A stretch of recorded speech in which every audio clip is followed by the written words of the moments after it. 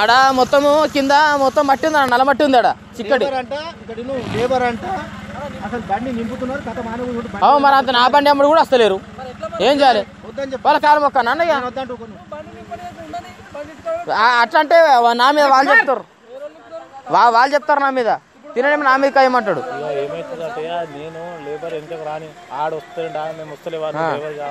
ఇద్దరు రండి ఆ పర్వాలు తీసుకొని బండి అమ్మంటే రానే రారు.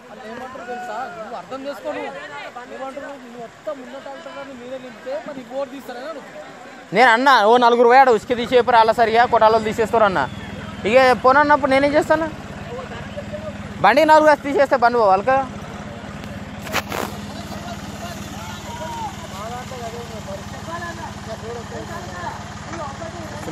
బండ్లు 16 ఉన్నాయి ఇప్పుడు, ఆడ 3 ఉన్నాయి. సార్ వస్తున్నాడు. 4, 5, 6, 7, 8, 9, 10, 11, కోపంలో ఉన్నాడు. మెల్లి అనుకుంటున్నాడు, బస్సు కోపంలో ఉన్నాడు.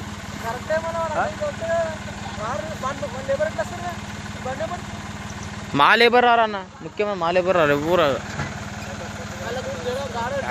కూడా. సార్ ఇక్కడ చూడాలి ఒకసారి ఫేస్బుక్ లా వాడతాం.